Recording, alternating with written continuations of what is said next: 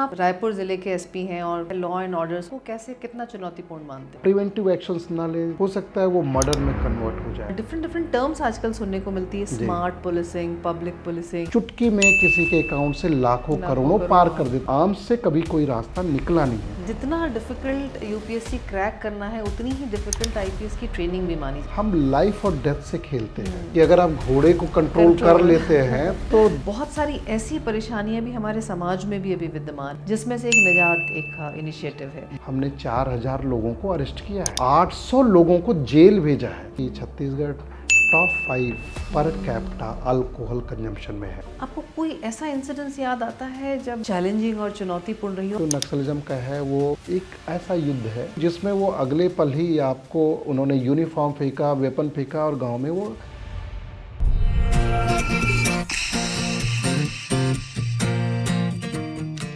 हर किसी व्यक्ति को अपने शहर, मोहल्ले और घर में सबसे सुरक्षित महसूस होता है। क्या कभी आपने सोचा है कि जहां हम अपने आप को सबसे सुरक्षित महसूस करते हैं, वहीं कुछ लोग 24 घंटे निरंतर हमारी सुरक्षा की जिम्मेदारी उठाए हुए हैं, और वो है हमारी पुलिस। और हमारे आज के गेस्ट हैं 2011 बैच के आईपीएस ऑफिसर, जो इस वक्त सुपरिटेंडेंट ऑफ पुलिस यानी एसपी रायपुर के रूप में पदस्थ हैं, doctor Santosh Kumar Singh. Welcome to unscripted Zindagi with Kirti podcast. Thank you. आपका अगर जो एकेडमिक करियर हम देखें तो आप बहुत ही ब्राइट स्टूडेंट रहे हैं। आपने बीएचयू में आपने टॉप किया, फिर पोस्ट ग्रेजुएशन में आप गोल्ड मेडलिस्ट रहे, एमफिल किया, पीएचडी भी किया, आपने यूजीसी नेट भी आप क्लियर हैं, और आपका जो सपना था आई थिंक प्रोफेसर बनने का था, लेकिन आप आईपीएस ऑफिसर बन गए। तो ये स्विच कैसे आया? एकेडमिकली मैं बताऊं कि मेरी बड़ी अभिरुचि जो है पॉलिटिकल साइंस में रही है, विशेषकर इंटरनेशनल रिलेशंस में। मुझे बचपन से, मेरे पिताजी पत्रकार थे तो मैं देखते रहता था कि कैसे डिस्कशंस होते थे या उनके फ्रेंड्स के बीच में आर्टिकल्स हम लोग पढ़ते रहते थे। तो एक स्वाभाविक अभिरुचि ये हो गई कि कोई देश क्यों एक दूसरे से लड़ते हैं, इंडिया का स्टेक अगल बगल के देशों में क्या है, यूनाइटेड नेशंस क्या काम करता है, वर्ल्ड पावर पॉलिटिक्स कैसे होती है, अच्छा पहले कैसे होती रही है। तो मुझे हमेशा लगता था कि मुझे इस फील्ड में जाना चाहिए। और ये कारण था कि एकेडमिक्स में भी बाद में जब एक 12th क्लास में जब सबको चूज़ करने का मौका रहता है कि वो हमारे समय विशेषकर और भी होता था कि अगर आप इंटरमीडिएट साइंस से हैं, में अगर मैथ है तो आप इंजीनियरिंग बैकग्राउंड आप चूज़ करते थे, या बायो है तो मेडिकल में जाते थे। लेकिन मुझे लगता था मुझे इंजीनियरिंग बैकग्राउंड या मुझे डॉक्टरी नहीं करना है, मुझे बीए करना है। और वो जो मेरी अभिरुचि के साथ जब मैंने ये सेलेक्ट किया तो बड़ा आसान था कि मैं उसमें अच्छा करूं। और फिर मुझे लगता था कि अगर मैं एकेडमिक्स में हूं तो मुझसे बेहतर कोई नहीं रहना चाहिए। तो कहीं ना कहीं ये ग्रेजुएशन में भी हुआ और पीजी में भी लकीली मुझे गोल्ड मेडल मिला। और वो रुचि आगे भी बड़ा अच्छा रहा, उसकी वजह से मेरा कैरियर में बड़ा अच्छा रहा। मैं जब जेएनयू से मैं एमफिल कर रहा था तो उस समय भी यूजीसी नेट जेआरएफ मैंने क्लियर किया। और मैं बहुत सारे रिसर्च जर्नल्स में पेपर्स लिखता था। मैं चाहता था कि यूनिवर्सिटी में प्रोफेसर बनूं या थिंक टैंक में काम करूं। लेकिन अचानक एक स्विच आया। मुझे लगा कि हम अपने फील्ड में तो अच्छा कर पाएंगे, लेकिन सिविल सर्विस एक ऐसा जॉब है जो एक वाइडर अपॉर्चुनिटी आपको देती है। तब मुझे लगा कि मुझे सिविल सर्विस में अपीयर होना चाहिए। और पीएचडी के दौरान मैंने पहली बार सिविल सर्विस का एग्ज़ाम दिया। फर्स्ट अटेम्प्ट में मैं इंटरव्यू तक पहुंचा, लेकिन सिलेक्शन नहीं हुआ। सेकंड अटेम्प्ट में सिलेक्शन हुआ, फिर आईपीएस अवार्ड हुआ, रैंक के हिसाब से कैडर अवार्ड हुआ। लेकिन आज जब मैं पीछे मुड़ के देखता हूँ तो मुझे लगता था कि मैं वो करना चाहता था, मैं अच्छा कर रहा था, लेकिन पुलिसिंग में एक बार आने के बाद पुलिसिंग मेरा एक पैशन हो गया। आपने कहा आप सेकंड अटेम्प्ट में आपने यूपीएससी क्रैक किया, तो उसके वजह क्या थी कि जब आप फर्स्ट अटेम्प्ट क्लियर नहीं हो पाए तो उसके बाद आपकी वो जिद थी या आपका पैशन था कि आपको अब करना ही है? जब मैंने एक बार चूज़ कर लिया कि मुझे सिविल सर्विस में जाना है, तैयारी करनी शुरू की। फर्स्ट अटेम्प्ट में बड़ा अच्छा तैयारी नहीं हुआ, साथ साथ मैं पीएचडी का मेरा थीसिस भी चल रहा था, दिल्ली यूनिवर्सिटी में पढ़ा भी रहा था। तो समय उतना नहीं मिल पाया, लेकिन फिर भी जब मैं इंटरव्यू के लिए कॉल आया तो मुझे बड़ा सरप्राइज हुआ। लगा अरे अभी इंटरव्यू में कॉल आ गया, थोड़ी और मेहनत करेंगे तो लग रहा है सिलेक्शन हो जाएगा। और फिर तब तक मैं डिसाइड कर चुका था दूसरी साल में कि नहीं नहीं, यूपीएससी देना ही है और निकालना है। और एक बार जब आप ठान लेते हैं, मेहनत करते हैं, तो चीज़ें सब कुछ फेवर में जाए तो अच्छा हो जाता अच्छा है। होता है। जी। जितना डिफ़िकल्ट यूपीएससी क्रैक करना है, उतनी ही डिफ़िकल्ट आईपीएस की ट्रेनिंग भी मानी जाती है। हम लोग तो अमूमन टेलीविज़न या फिल्मों में देखते हैं। तो कैसी होती है वो फिज़िकल मेंटल जो टफनेस होती है, जो ट्रेनिंग में दी जाती है, वो किस तरह से होती है? दूसरा एक, अगर हम आईपीएस की बात करें, और भी यूपीएससी के जो काडर्स हैं, अगर एडमिनिस्ट्रेटिव सर्विसेज हैं और दूसरी सर्विसेज हैं, लेकिन स्पेसिफिकली अगर हम पुलिस सर्विस की बात करें तो इस सर्विस में आने वाले लोगों को बहुत अलग अलग मानसिकता के लोगों के साथ डील करना पड़ता है। तो क्या कुछ ह्यूमन साइकोलॉजी की भी ट्रेनिंग दी जाती है? किस तरह से ये ओवरऑल ट्रेनिंग होती है? मैं आपको बताऊं, आईपीएस की ट्रेनिंग बड़ी इंटरेस्टिंग होती है। 2 साल की लंबी ट्रेनिंग, जिसमें 6 महीने जो है फील्ड की ट्रेनिंग छोड़ दिया जाए जब आप कैडर में होते हैं। 1.5 साल बड़ी रिगरस ट्रेनिंग होती है, लेकिन बड़ी इंटरेस्टिंग होती है। हर महीने आपको कहीं एक फील्ड ट्रिप पे लगभग हफ्ते 10 दिन के लिए ले जाते हैं, और आपके फील्ड से जो आपका वास्ता पड़ता है कि वास्तव में फील्ड में कैसा हो रहा है। साथ ही साथ जो फिजिकल ट्रेनिंग होती है वो आपको टफनेस देती है, आपका कॉन्फिडेंस बढ़ाती है। जैसे कई बार आईपीएस की ट्रेनिंग में लोग कहते हैं कि घुड़सवारी की ट्रेनिंग क्यों होती है, कौन सा किसी को घोड़ा चलाना है। लेकिन हम लोग ये देखते हैं कि अगर आप घोड़े को, जो हमारे उस्ताद भी बोलते थे कि अगर आप घोड़े को कंट्रोल कर लेते हैं तो same thing works for the human psychic and the situations, कि उस टफ सिचुएशन में भी आप चीज़ों को हैंडल कर लेंगे। तो ऐसे ट्रेनिंग के तमाम ऐसे हिस्से थे। आपको रॉक क्लाइंबिंग करा जाती थी, आपको फायरिंग, इतनी ज़्यादा फायरिंग करवाई जाती है कि यू कैन नॉट इमेजिन। हमें कई बार लगता था कि हमें शूटर बनाया जा रहा है क्या। इतनी ट्रेनिंग में वो रहता है, परेड होती है, ड्रिल होती है। और मैं आपको बताऊं, जैसे मैंने कभी सोचा नहीं कि मैं कभी पुलिस में जाऊंगा, तो मेरा जो फिजिकल या आउटडोर टाइप की एक्टिविटी में बहुत इन्वॉल्वमेंट भी नहीं था। मैं हार्डली कभी लंबा रनिंग करता रहूँगा, लेकिन एकेडमिक में इतना सिस्टमेटिक वो कराते थे कि अंतिम समय जो उसका पिनेकल होता है, हम लोग 15 kilometre without a single foot stop हम लोग दौड़ते हैं, एंड वो भी लिमिटेड समय में। 40 किलोमीटर आप पूरा पिट्ठू ले करके, जिसमें काफ़ी वज़न होता है, राइफल होती है, आप नॉन स्टॉप वॉक करते हैं, तो उस फिजिकल स्ट्रेंथ तक लेके जाते हैं। स्विमिंग, इसके अलावा तमाम ऐसी चीज़ें जो ज़रूरी रहती है वो कराते हैं।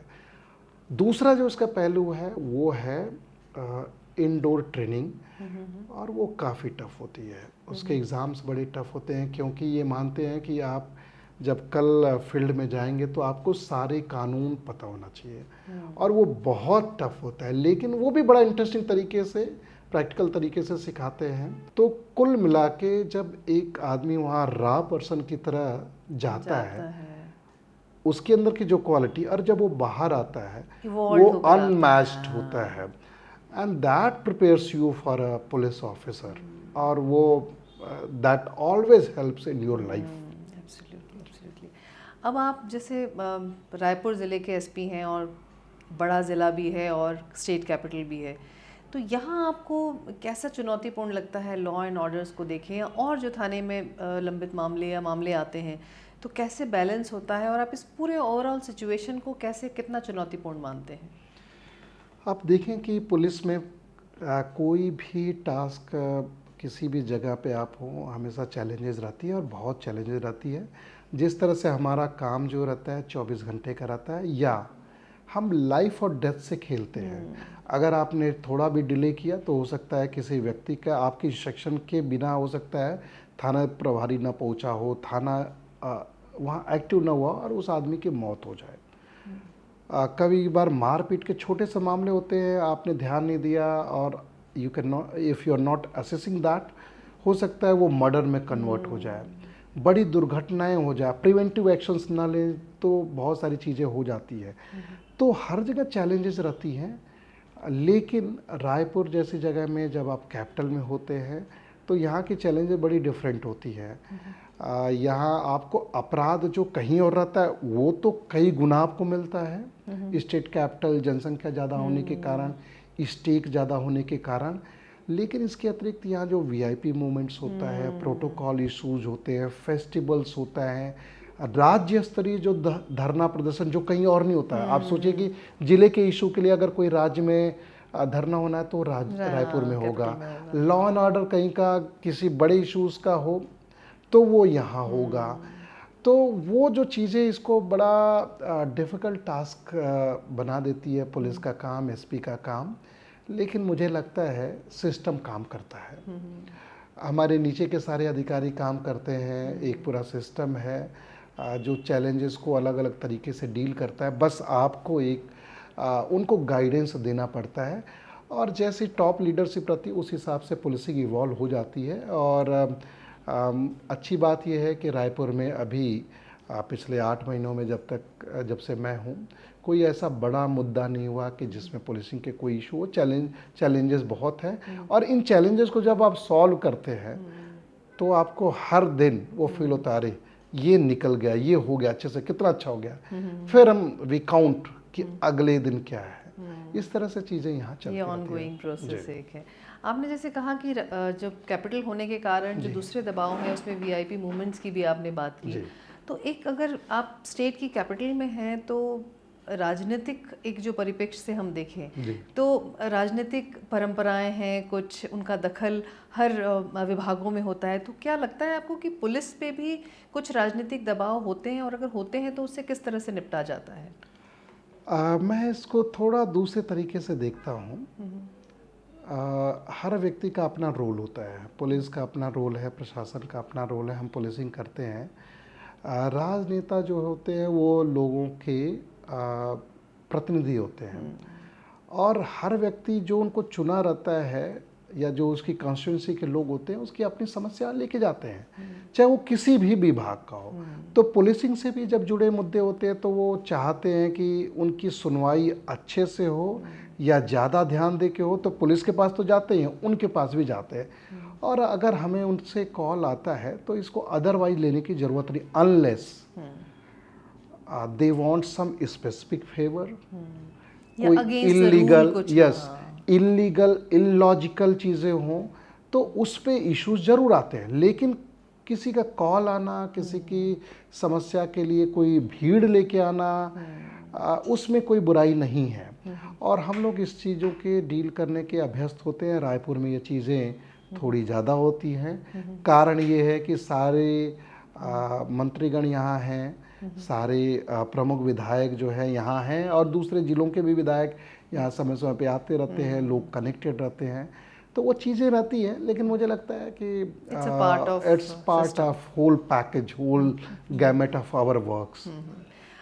एक बहुत डिफरेंट टर्म्स आजकल सुनने को मिलती है, स्मार्ट पुलिसिंग, पब्लिक पुलिसिंग, ये क्या है? ये देखिए अभी ये है जोर की ट्रेडिशनल जो पुलिसिंग है उससे बाहर निकलने की ज़रूरत है। हम फिल्मों में देखते थे या एक जनरल पुलिस का इमेज ऐसा बनता था कि घटना घटेगी तो पुलिस जाएगी और फिल्मों में तो बात नहीं आती थी हमेशा। तो ये एक इम्प्रेशन होता था। कैसे होता था और क्या क्या होता था पता नहीं। लेकिन आज चीज़ें बदल गई। आज ये कहा जाता है कि आपके भले संसाधन कम हो लेकिन उसी संसाधन में आपको अपने संसाधनों का उचित उपयोग करके, समस्याओं को प्रिडिक्ट करके, टेक्नोलॉजी का यूज़ करके, सोशल मीडिया का यूज़ करके, लोगों की डिमांड और उनकी आवश्यकताओं का यूज़ करके आपको सलूशन तुरंत निकालना है। और ये एक स्मार्ट पुलिसिंग का काम है। जैसे हम कहें कि पुलिस का काम ट्रेडिशनली चोरों को पकड़ना, डकैतों को पकड़ना है। कहीं घटनाएं होती हैं, सनसनीखेज घटनाएं होती हैं तो हम तुरंत रिएक्ट करते हैं। अब देखिए कि अब चीज़ें कैसे बदल गई। पहले कहीं 10-20 हज़ार या लाख की चोरी होती तो बड़ा इम्पोर्टेंट होता था। आज साइबर फ्रॉडस्टर्स जो होते हैं चुटकी में किसी के अकाउंट से लाखों करोड़ों पार कर देते, या उसको उसके पैनिक का या उसकी घबराहट का, उसके डर का, उसकी मूर्खता का फ़ायदा लेते हुए। तो अब हमारा पुलिसिंग का रोल कैसा होना चाहिए? अब हमें ये सोचना चाहिए कि अच्छा इस तरह की लूट और डकैती हो रही है तो इसमें हम कौन सी टेक्नोलॉजी का यूज़ करें, कैसे उसको हम अपने को अपडेट रखें और कौन से सोल्यूशन निकालें, नई क्या चीज़ें जो हम सीखें, तो उसके हिसाब से हमें भी स्मार्ट बनना पड़ेगा। और मैं तो ये कहता हूँ कि आज तो सारे प्रोफेशन में हर कोई आदमी जो स्मार्टफोन पकड़ा है, स्मार्टफोन पकड़ा है, तो आपको स्मार्टनेस तो आनी चाहिए और आपके काम में वो दिखनी चाहिए। तो पुलिसिंग में स्मार्टनेस लाने की ज़रूरत है, इफ़िशियंसी लाने की ज़रूरत है, ट्रांसपेरेंसी लाने की ज़रूरत है, जो हम कर रहे हैं। लेकिन इसका एक दूसरा पहलू और भी इम्पॉर्टेंट है, वो है लोगों से जुड़ाव। पहले ऐसा नहीं होता था। पहले पुलिस कॉलोनियल मानसिकता से चलती थी, क्योंकि पुलिस अंग्रेज़ों द्वारा बनाया ही इसलिए गया था कि लोगों को हमें कंट्रोल करना है, उन पे हमें अपनी चीज़ें थोपनी है, शासन का कंट्रोल होना चाहिए और हम जो चाहते हैं वो हो। आज ऐसा नहीं है। आज उनको जस्टिस दिलाने का एम है, आज उनको फैसिलिटेट करने का एम है। तो आपको पुलिस में कम्युनिटी पुलिसिंग लानी पड़ेगी, लोगों से जुड़ना पड़ेगा, लोगों की पुलिस बनना पड़ेगा। तो ये स्मार्ट पुलिसिंग का एक पहलू है कि आपको सेंसिटिव होना चाहिए, और वो चीज़ें हो भी रही हैं। हम लोग भी बहुत सारे ऐसे चीज़ें कर रहे हैं जिसमें लोगों से हम लोग जुड़ रहे हैं और उनको साथ लेके पुलिसिंग कर रहे हैं। आपके अभी तक के टेन्योर में आपने काफ़ी, आपकी जगह पोस्टिंग रही, बिलासपुर भी रहे आप, रायगढ़ भी रहे, कोरबा भी रहे, आप नक्सली प्रभावित क्षेत्रों में भी आपकी पोस्टिंग रही है, और उस दौरान आपने नक्सलियों को पकड़ने के अलावा उनको उनके साथ मुठभेड़ होने के भी कई वारदात हुई हैं और उसमें आपका योगदान रहा है। आपको कोई ऐसा इंसिडेंस याद आता है जब कोई ऐसी मुठभेड़ हुई हो और वो बहुत ही चैलेंजिंग और चुनौतीपूर्ण रही हो और बिल्कुल ऐसा लगा हो कि ये तो लाइफ और डेथ वाला मामला है? ऐसे कई सारे मामले आए मैं नक्सल इलाकों में। सुकमा जो आज की समय भी भारत का सबसे हाईएस्ट नक्सल अफेक्टेड डिस्ट्रिक्ट माना जाता है, और जब मैं वहाँ था 2014-16 में 2 साल था, नक्सल ऑपरेशंस को हेड करता था। इसके अलावा 2 अन्य ज़िलों में नक्सल ज़िलों में काम करने का एसपी के रूप में मौका मिला। फिर और भी ऐसे बहुत बार ऐसे चैलेंजेस थी जब हमारे फोर्सेस के लोग घिर जाते थे, कहीं ऑपरेशन चल रहा है, उसमें कुछ कैजुअल्टी हो गई, हम डेड बॉडी भी अपने जवानों की निकाल नहीं पा रहे हैं। कई बार दूसरी जो पार्टी जाती थी वो फंस जाती थी। और सबसे बड़ा चैलेंज जो नक्सलिज्म का है वो एक ऐसा युद्ध है जिसमें आदमी जो है, इट्स नॉट ओपन वार, जिसमें आमने सामने कोई युद्ध हो रहा है, गोली चल रही है, आप किसी को, वो गोली चला रहा है, आप उसको आप स्किल दिखाते हुए उसके ऊपर ओवर पावर कर रहे हैं। इट्स लाइक अ गेम जिसमें वो अगले पल ही आपको उन्होंने यूनिफॉर्म फेंका, वेपन फेंका और गांव में वो सामान्य व्यक्ति बन गए। तो हमारे लिए बड़ा चैलेंज रहता है कि ऐसी जगहों पे इन चीज़ों से कैसे निपटा जाए। इनकी टैक्टिक्स जो है, जो गुरिल्ला वॉरफेयर की है, आईडी ब्लास्ट की है। आए दिन एक आदमी आता है, आईडी लगा के चला जाता है, ट्रिगर करता है, ब्लास्ट होता है, गाड़ी उड़ जाती है, 20 जवान 15 जवान। हमारे सामने भी कई बार ऐसे इंसिडेंट हुए हैं। कई, आपने जो पूछा, कई ऐसे इंसिडेंट रहे हैं कि जिसमें मैं खुद भी फंसा हूँ। और आप हमें आंखों देखा हाल बताइए, बिकॉज हम लोग तो वहाँ है नहीं। मैं आपको बताता हूँ। एक बार बहुत सारे जगहों पे डेवलपमेंट को प्रमोट करने के लिए हम लोग कैंप लगाते हैं। जैसे जो नक्सलियों के इलाके हैं उन जगहों को पेनिट्रेट करना है, अपने को रोड बनाना है वहाँ, ताकि सिक्योर इन्वायरमेंट बनाए जिसमें दूसरे सारे लोग जा पाए। ऐसे सुकमा में कई सारे इंटीरियर प्लेसेस थे।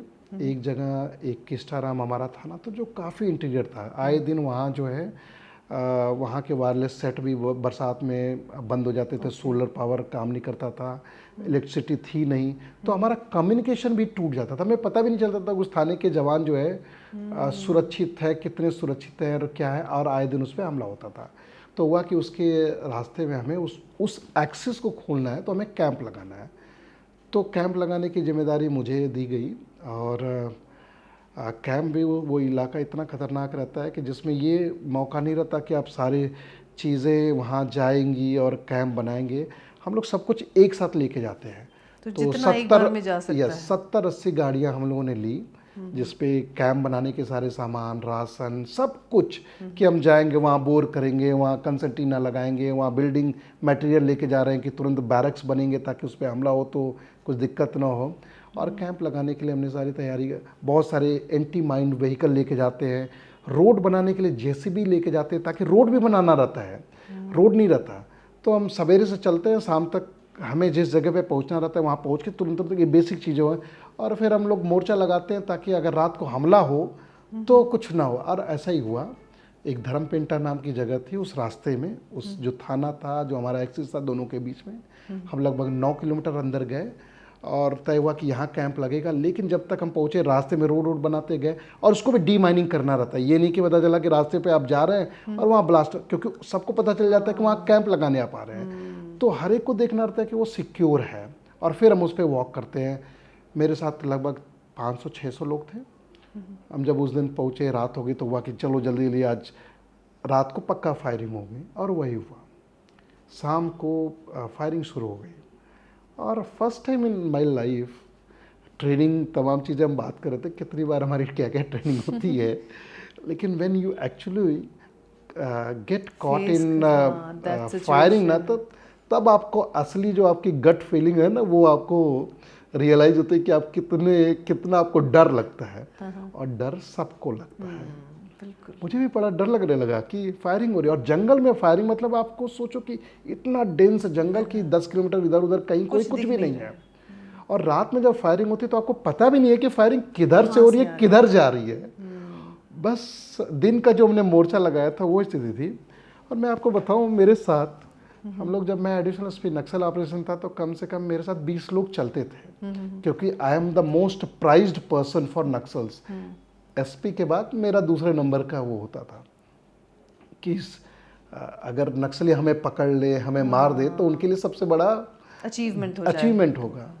हम लोगों ने रात को सारा चीज़, जब फायरिंग शुरू हुआ तो मेरे साथ जो 20 लड़के थे वो भी इधर उधर, तो एवरीबडी इज लाइक, क्योंकि गोली चल रही है ना। इट्स नॉट लाइक कि अगर आपका गनमैन है तो आपसे चिपक जाएगा, नहीं नहीं, पहले मुझे गोली लगेगी फिर होगा। ह्यूमन नेचर, एक जो बेसिक ह्यूमन नेचर है। And some of them who had faced, मेरी तरह ही फर्स्ट टाइम थे, दे फ्रीज्ड। दूसरे लोग गोली चला रहे हैं, वो they are not able to activate themself, है ना। उनको पता ना, अबे बचो। तो ऐसी सिचुएशन होती है और आए दिन होती है। नक्सली की बात हम लोग बहुत करते हैं, चाहे कोई राजनेता हो, चाहे आम जनता हो, लेकिन जितना करीब से आप लोग देखते हैं और समझते हैं, आपको एक्चुअल ये इतने समय से ये समस्या क्यों नहीं ख़त्म की जा पा रही है? और देखिए, कई सारे सिचुएशन रही है। कई बार मैं भी अंदर जब ऑपरेशन में जाता था तो हम लोग को ये होता था कि हमें तो नक्सली को मारने के लिए जाना है, नक्सली मिलेगा तो उसको he'll be either he'll surrender or will shoot at sight। लेकिन जब हम लोग अंदर के इलाकों में उन जगहों पे जाते थे तो इतने गरीब लोग दिखते थे जिनके पास कुछ भी नहीं है, खाने पीने के लिए भी कुछ नहीं है, फॉरेस्ट प्रोड्यूस पे है, उनकी लाइफ में कोई एस्पिरेशंस नहीं है, उन्होंने बाहर की दुनिया देखी ही नहीं है। और उन जगहों पे people were dying, nobody cared. मैं उस समय की बात कर रहा हूँ जब हमारा स्टेट नहीं बना होगा। आप सोचिए कि एडमिनिस्ट्रेशन का कौन सा पक्ष वहाँ पहुँचा होगा। तो आपने जो क्वेश्चन पूछा उसका आंसर ये है कि नक्सली वहाँ पहले पहुँचे, हमारा एडमिनिस्ट्रेशन उतना पहुँच नहीं पाया। और उनको जो एडवांटेज था जंगल का, उनको एडवांटेज था आइडियोलॉजी का, और लोगों को उन्होंने उस हिसाब से ब्रेन वॉश किया कि हम तुम्हारे लिए हैं। देखो सरकार ने कुछ नहीं किया, विल फाइट इट आउट। देखो तुम्हारा जल जंगल ज़मीन जो है सरकार लेके जा रही है और यहाँ से तुम्हें कुछ नहीं मिल रहा है। और इतने सालों से 1986 में नक्सलिज्म, नक्सलवाड़ी में एक इंसिडेंट से शुरू हुआ। And they were here in Bastar in 1990 के आसपास दे वर हियर। 2-3 साल के अंदर ही दे हैड इंटर्ड बस्तर। और धीरे धीरे उन्होंने अपनी पैठ बना ली। फिर क्या हुआ, फिर सरकारें पहुंची, स्टेट बना, स्टेट के बाद बहुत सारे डेवलपमेंट पहुंचे, लेकिन अब वो जगह it caught in a vicious cycle. जब वहाँ एडमिनिस्ट्रेटिव वैक्यूम था, सरकार नहीं थी, देखिए कि देखो हम तुम्हारे लिए हैं, हम तुम्हारी लड़ाई लड़ेंगे और हम तुम्हें ये कर रहे हैं। फिर उन्होंने अपनी जनताना सरकार बनाई, हम देखो खेती भी करवा रहे हैं, हम तुम्हें ये सिखा रहे हैं। फिर जब सरकार पहुंची, अब वो चाहती है कि सरकार पहुंचने के बाद कि उनको हटाएं और हम डेवलपमेंट करें, नाउ दे डोंट वांट। उनको लगता है कि अब रोड अगर बन जाएगा तो यहाँ पुलिस पहुंचेगी, फोर्स पहुंचेगी, सरकार की योजना पहुंचेगी, तो लोग उनकी बात क्यों मानेंगे। तो उन्होंने दूसरे प्रोपेगेंडा का सहारा लेना शुरू किया और आज वो डेवलपमेंट होने नहीं देना चाहते उन जगहों का। तो एक साइकिल टाइप का बन गया है। आज हम चाह के भी उन जगहों पे जब जाते हैं तो लोगों को उनका ब्रेन वॉश फिर से जो हो रखा है उनको समझाना पड़ता है, और वो देख रहे हैं, शायद यही कारण है अब वो सरकार के साथ आ रहे हैं। उनको लग रहा है कि पिछले 40 साल में नक्सलियों ने उनके लिए कुछ नहीं किया जिसका प्रॉमिस उन्होंने किया था। तो आइडियोलॉजी खोखली और हुआ भी है। आज वो आर्म्ड गैंग बन गए हैं, जनताना सरकार लगाते हैं, लोगों को मारते हैं, बच्चों को अपनी उन्होंने अपनी उसमें रखा। अब जब नक्सली मरते हैं आप देख लीजिए, उसमें से 40% तो महिलाएं होती हैं, बच्चियां होती हैं।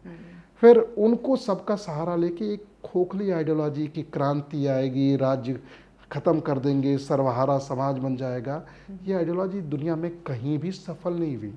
तो बस्तर में भी सफल, क्योंकि दे आर नॉट डेमोक्रेटिक, और आर्म्स से कभी कोई रास्ता निकला नहीं है। पुलिस भी उनको काउंटर करने के लिए हमें आर्म यूज करना पड़ता है।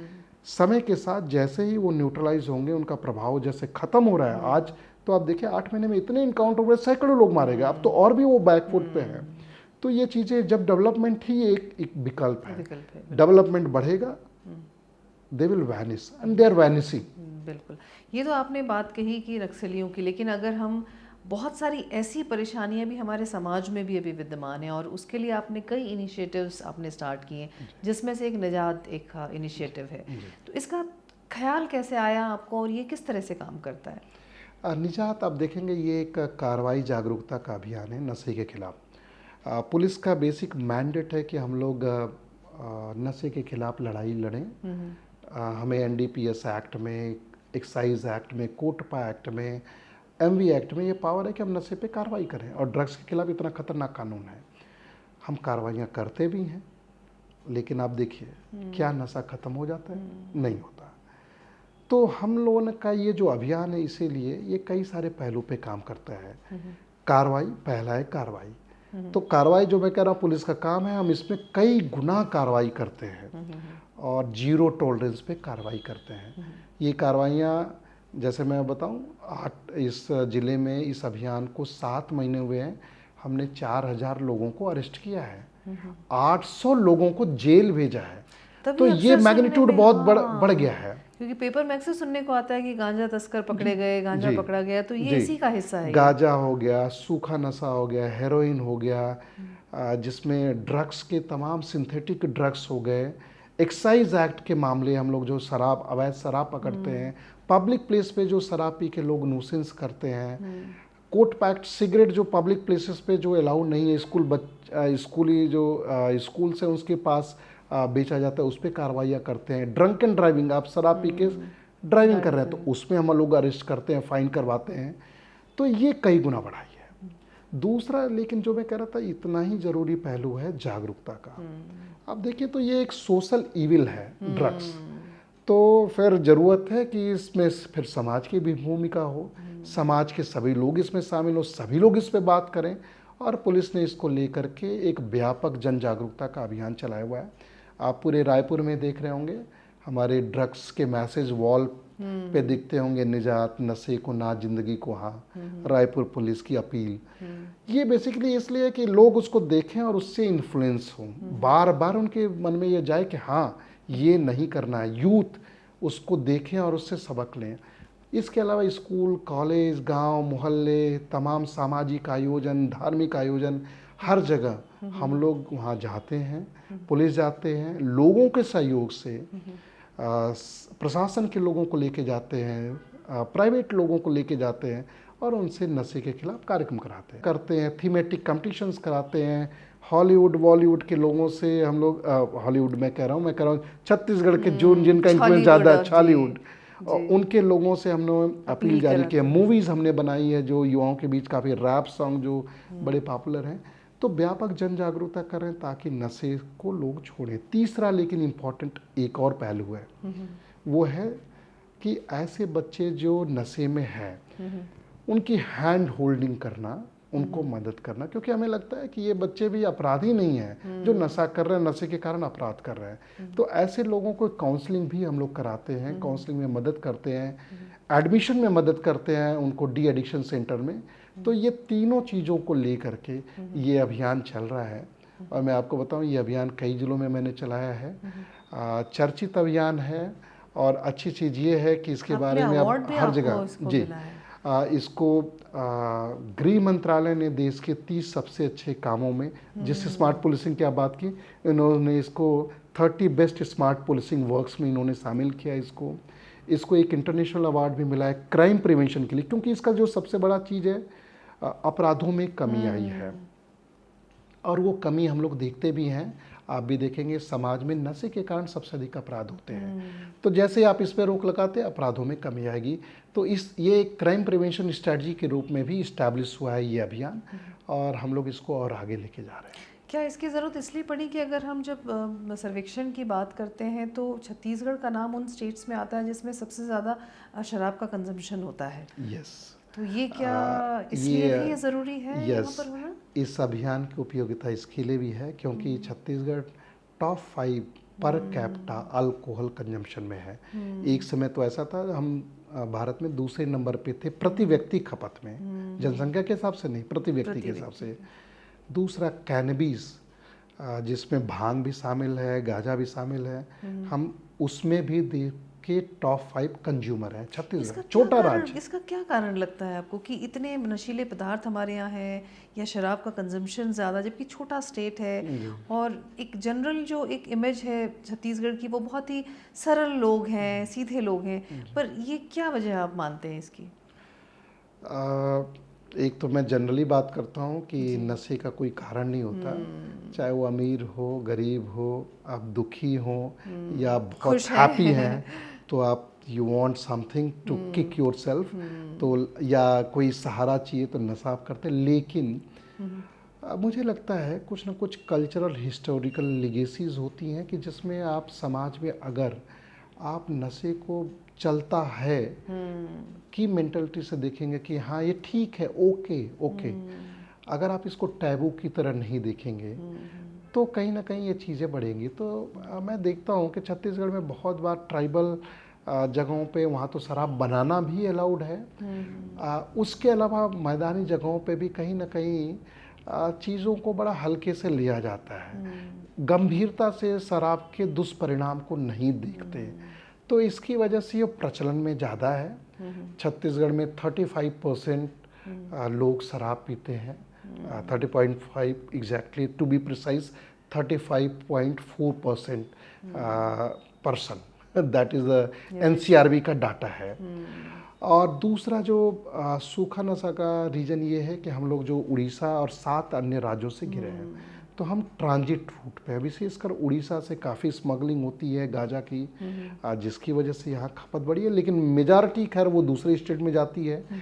It's just like we are used as a transit place. तीसरा, आज जैसे जैसे प्रचलन छत्तीसगढ़ में नहीं पूरे देश भर में युवाओं में बढ़ा है, तो सिंथेटिक ड्रग्स उसकी उपलब्धता यहाँ कनेक्टिविटी होने की वजह से भी बढ़ी है, लेकिन यूथ में जो कल्चर बढ़ा है उसकी वजह से भी नशा बढ़ा है। आप एज अ पुलिस ऑफिसर, अब तक के आपने इतने सारे काम आपने किए, आप बता रहे हैं, आपने अलग अलग इनिशिएटिव्स भी लिए हैं, लेकिन कोई एक ऐसा मोमेंट आपको याद आता है? हालांकि अभी आप बहुत लंबी सर्विस है आपकी और आपको वैसे बहुत मौके मिलेंगे, बट अब तक की जर्नी में आपको कोई ऐसा मोमेंट याद आता है कि तब आपने प्राउड फील किया हो being an Indian police officer?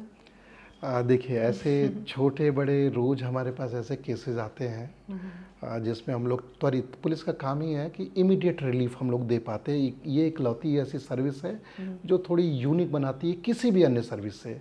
बाकी सर्विस का पेपर वर्क और तमाम काम होता है, या उनके इनिशिएटिव्स होते हैं, उनके प्लान होते हैं। हम किसी को त्वरित न्याय दे पाते हैं, त्वरित रिलीफ दे पाते हैं। तो ऐसे कई बार जो केसेस हमारे पास आते हैं, महिलाएं हैं जो पीड़ित है पति से, जिसको वो बहुत पीड़ित है, मैंने थाने को बोल दिया, वो उसके घर पे गए, पति को थोड़ा डराया धमकाया, ज़रूरत पड़ी तो केस भी रजिस्टर किया और परिवार सुधर जाता है। इस तरह की तमाम चीज़ें, मारपीट हो रही है, पुलिस के समझाए से उनको ले करके आए थाने में, समझा दिए, हो गया मामला। कई रेवेन्यू मामले जिसमें लंबा कोर्ट केसेस चल रहा है, वो एक दूसरे पे अब क्रिमिनल में भी एंगल में बदल गया। फिर जब हम क्रिमिनल एंगल में एक्शन लेते हैं तो उनका रेवेन्यू मैटर भी सॉल्व हो जाता है। अभियानों की बात करें, मैं जब महासमुंद में था तो मैंने चाइल्ड फ्रेंडली पुलिसिंग की थी, काफ़ी पॉपुलर हुआ था। उसके लिए भी महासमुंद पुलिस को उपराष्ट्रपति ने चैंपियंस ऑफ चेंज अवार्ड दिया था, बड़ा चर्चित अभियान था। उस समय मुझे जब हम बच्चों के लिए काम कर रहे थे तो बच्चे हमसे कनेक्ट होते थे, वो अपनी समस्याएं लेके आते थे। एक बार एक बच्ची मेरे पास आई जो she was sexually abused by her own parent, father in fact. तो she did not want to indulge in police thing कि थाने में जाए, पापा को जेल भेज देंगे, फिर मैं क्या करूँगी, लेकिन अंकल मेरे साथ गलत। हमने जो अभियान चलाया उसमें हमारे बाल मित्र थे, उन्होंने उस बच्ची को लेके आया था। वो पुलिस की मदद कर लेना चाहते थे लेकिन नहीं चाहते थे कि कुछ गड़बड़ हो।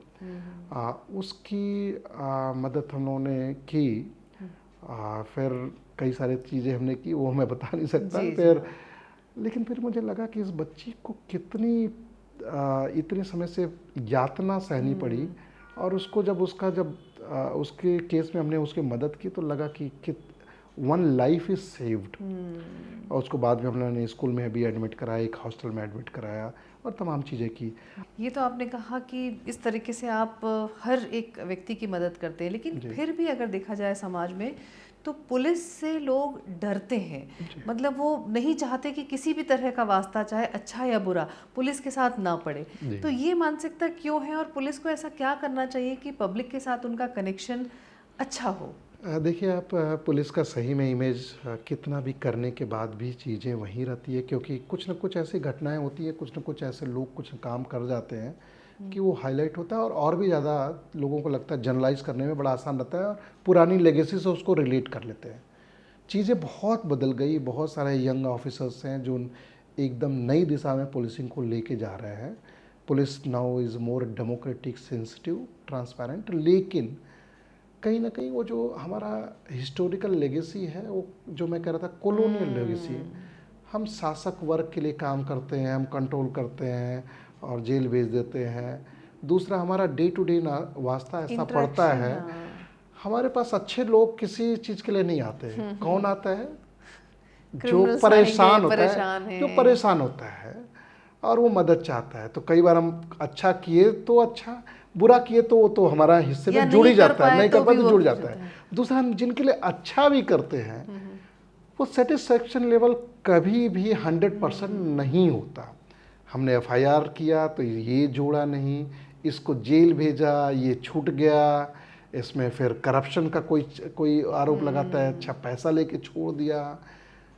दूसरा, जिसको आपने भेजा वो व्यक्ति, उसका पूरा परिवार, उसका समाज, तो हम एक हमेशा 50-50 पे काम करते हैं।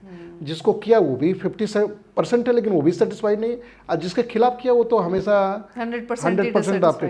तो हमारा इंटरेक्शन, हमारे काम का नेचर। दूसरा, हम समाज की गंदगी को साफ करने का काम करते हैं। मेरे पास क्रिमिनल आते हैं जिनको हम पकड़ते हैं तो उसको हम पीछे खड़ा करके उसकी फ़ोटो खिंचवाते हैं। किसके साथ फ़ोटो खिंचवाते हैं? क्रिमिनल के साथ। तो हमारे जॉब का नेचर ही ऐसा है कि कहीं ना कहीं वो इमेज ऐसी बनती है कि पुलिस का, कि आपको नेगेटिव में देखा जाता है, और कहीं ना कहीं पुलिस का चाल, चरित्र, चेहरा भी बदलने की ज़रूरत है। पहले ऐसी चीज़ें हैं, पुलिस एट्रोसिटीज़ होती रही हैं। मैंने पहले भी कहा, पुलिस को बदलने का समय है कि अब लोगों की पुलिस बने, लोगों के इंस्पिरेशंस में काम करे, लोगों पे जो ह्यूमन राइट्स के जो एलिगेशन लगते हैं वो बंद करें, हम साइंटिफिक हों, हम अपना इन्वेस्टिगेशन ऐसा करें कि जिससे हम लोगों को न्याय दिलाएं, बजाय कि ब्रूटल तरीकों के। ये चीज़ें करेंगे तो इमेज बदली, और बदल रही भी है। हम लोग रायपुर पुलिस भी आप देखें, हमारे सोशल मीडिया हैंडल्स को हम लोग जो अच्छे काम करते हैं उसको भी प्रोजेक्ट करते हैं कि ये देखिए हम ये भी कर रहे हैं। और देर न सवेर ये चीज़ें बदल रही हैं और भी बदलेंगी। बिल्कुल, तो ये कम्युनिकेशन 2 वे चलेगा, एंड आई एम श्योर कि जो आप अच्छा काम कर रहे हो, जो लोगों को नहीं दिख रहा है वो भी दिखेगा, और पुलिस के प्रति एक जो जागरूकता है, एक जो कनेक्शन है और एक जो विश्वास है वो डेवलप होगा। Thank you so much Santosh ji, आप इस प्रोग्राम में भी आए, और थैंक यू इसलिए भी कि आप हमारे स्टेट की और हमारे शहर की रक्षा करते हैं 24/7। आप लोग पूरी पुलिस, आपका पूरा डिपार्टमेंट ऑन टोज रहता है, so thank you so much. Thank you, thank you. So आज के इस एपिसोड से एक बात तो क्लियर हुई कि हमें पुलिस से डरने की ज़रूरत नहीं है, क्योंकि पुलिस हमारी मदद के लिए ही है। पुलिस से सिर्फ वो लोग डरें जो सिर्फ नियम और कानून कायदों को तोड़ते हैं। तो आप भी एक जिम्मेदार नागरिक बनिए, अपनी जिम्मेदारी को निभाइए और पुलिस का सहयोग दीजिए, ताकि हम एक खूबसूरत और सुरक्षित समाज में रह सकें। आज के एपिसोड में इतना ही, अगले एपिसोड में फिर मिलेंगे नए गेस्ट के साथ। Till then take care and bye.